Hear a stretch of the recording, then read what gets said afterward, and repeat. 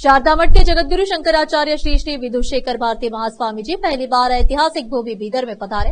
इस अवसर पर सत्यनारायण मठ के पुजारी और अन्य सदस्यों और उनके भक्तों ने उनका भव्य स्वागत किया और कुंभरवाड़ा कमान से सत्यनारायण मठ तक एक भव्य रैली निकाली गई। इस रैली में भारी संख्या में शंकराचार्य श्री श्री विधुशेखर भारती महास्वामी जी के भक्त, पुरुष, महिलाएं, युवा और बच्चे भारी संख्या में भजन गाते हुए और नृत्य करते हुए आगे बढ़े। केपी न्यूज के कैमरामैन महेश टिक्की का कवरेज। देश विदेश और स्थानीय समाचारों के लिए देखते रहिए आपका अपना चैनल केपी न्यूज 24/7। अधिक जानकारी के लिए चैनल को लाइक, शेयर और सब्सक्राइब जरूर करें।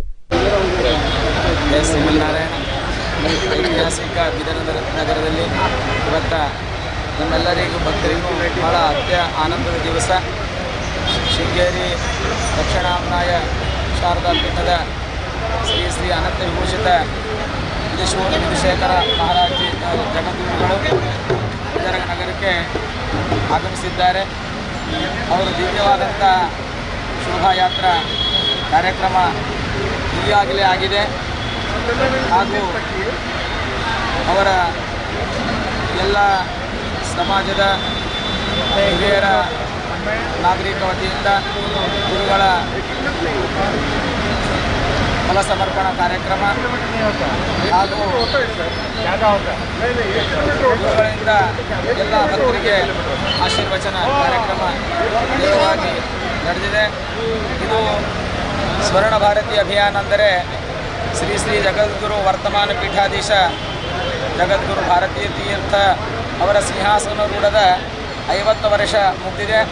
ಅದರ ಸಂದರ್ಭವಾಗಿ ಶೃಂಗೇರಿ ಶಾರದಾ ಪೀಠದಿಂದ ಸ್ವರ್ಣ ಭಾರತಿ ಅಂತ ಒಂದು ಅಭಿಯಾನವನ್ನು ಮಾಡುತ್ತಾ ಸನಾತನ ಧರ್ಮ ಜಾಗೃತಿಗೋಸ್ಕರ ಇಡೀ ಭಾರತ ದೇಶದ ಯಾತ್ರವನ್ನು ಮಾಡುತ್ತಾ ಸ್ವಾಮೀಜಿಯವರು ಬೀದರ್ಗೆ ಆಗಮನ ಆಗಿದ್ದಿದೆ. ಅದು ಬಹಳ ವಿಶೇಷ ಆನಂದದ ಹೆಮ್ಮೆಯ ವಿಷಯ. ನಾಳೆ 19ಕ್ಕೆ ಬೆಳಗ್ಗೆ 10 ಗಂಟೆಗೆ ನೂತನೀಕರಣ ಗೋಶಾಲದ ಉದ್ಘಾಟನೆ ಹಾಗೂ ರಮಾಸೆ ಸತ್ಯನಾರಾಯಣ ಸ್ವಾಮಿ ರಾಜಗೋಪುರ ಪೂಜೆ ಆದ ನಂತರ ವಿಶೇಷ ಬೀದರ್ ನಗರದಲ್ಲಿ ಶಾರದಾಂಬೆ ದೇವಸ್ಥಾನ ಹಾಗೂ ಶಂಕರ ಮಠದ ನಿರ್ಮಾಣ ಒಂದು ಸಂಕಲ್ಪವಾಗಿದೆ.